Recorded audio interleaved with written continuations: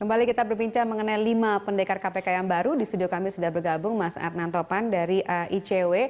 Ya, sudah bergabung. Terima kasih Mas Adnan sudah datang. Ini tadi saya sudah berbincang sama Bu Betty mengenai tanggapan sinis sebagian pihak mengenai hasil dari 5 pendekar baru KPK ini. Kalau Anda melihatnya bagaimana? Kalau Ibu optimis?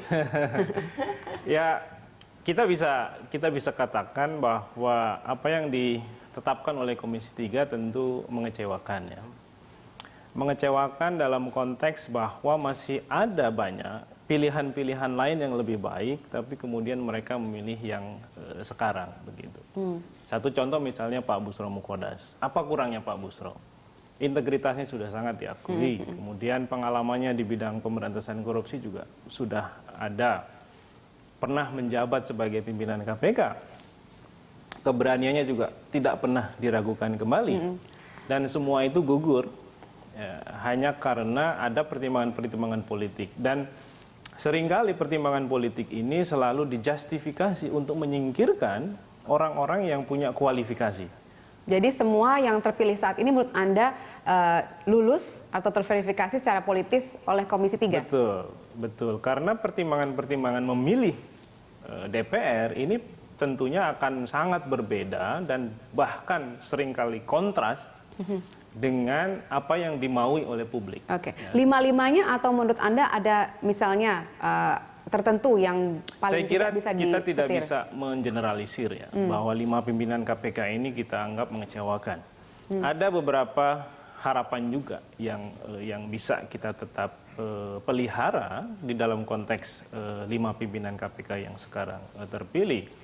Kita bisa melihat misalnya Pak Laude Sarif, ya, orang yang saya kira juga sudah lama berkecimpung di dunia gerakan anti korupsi, kemudian di dalam diskursus good governance, juga sebagai praktisi, dosen, begitu saya kira pengalamannya cukup kaya. Kemudian dari sisi yang lain, Pak Laude juga sudah cukup dikenal di internal KPK sebagai pihak yang selama ini juga turut membantu KPK.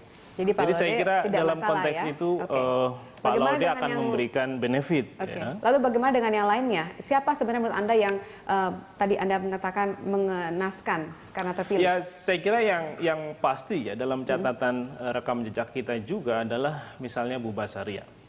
Ya, Bu Basaria ini dalam catatan kita punya pertanyaan-pertanyaan seputar integritasnya.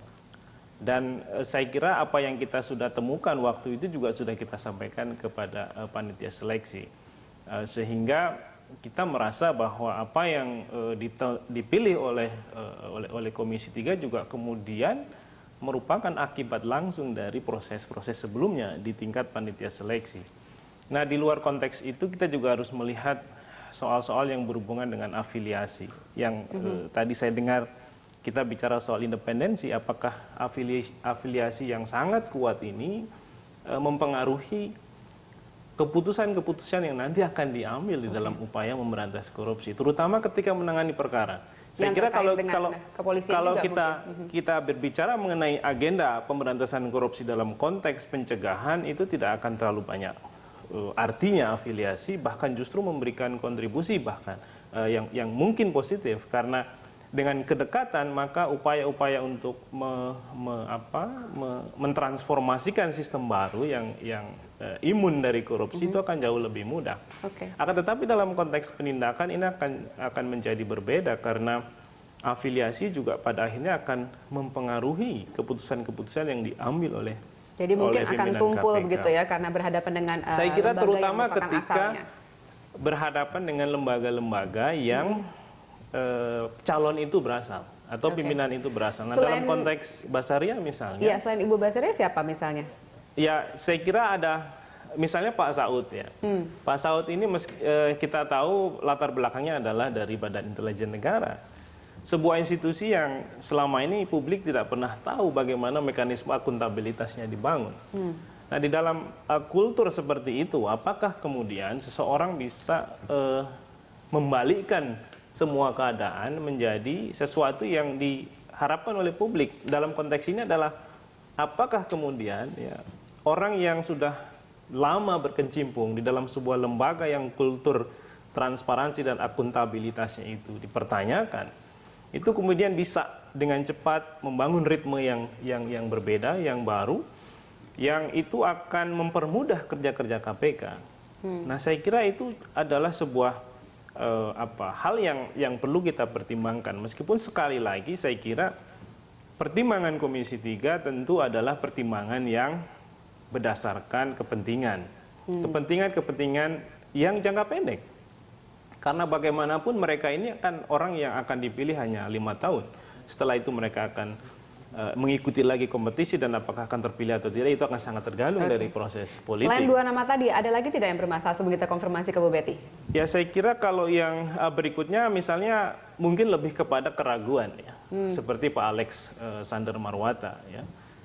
Dalam catatan kita memang tadi juga sudah disinggung soal putusan dissenting opinion yang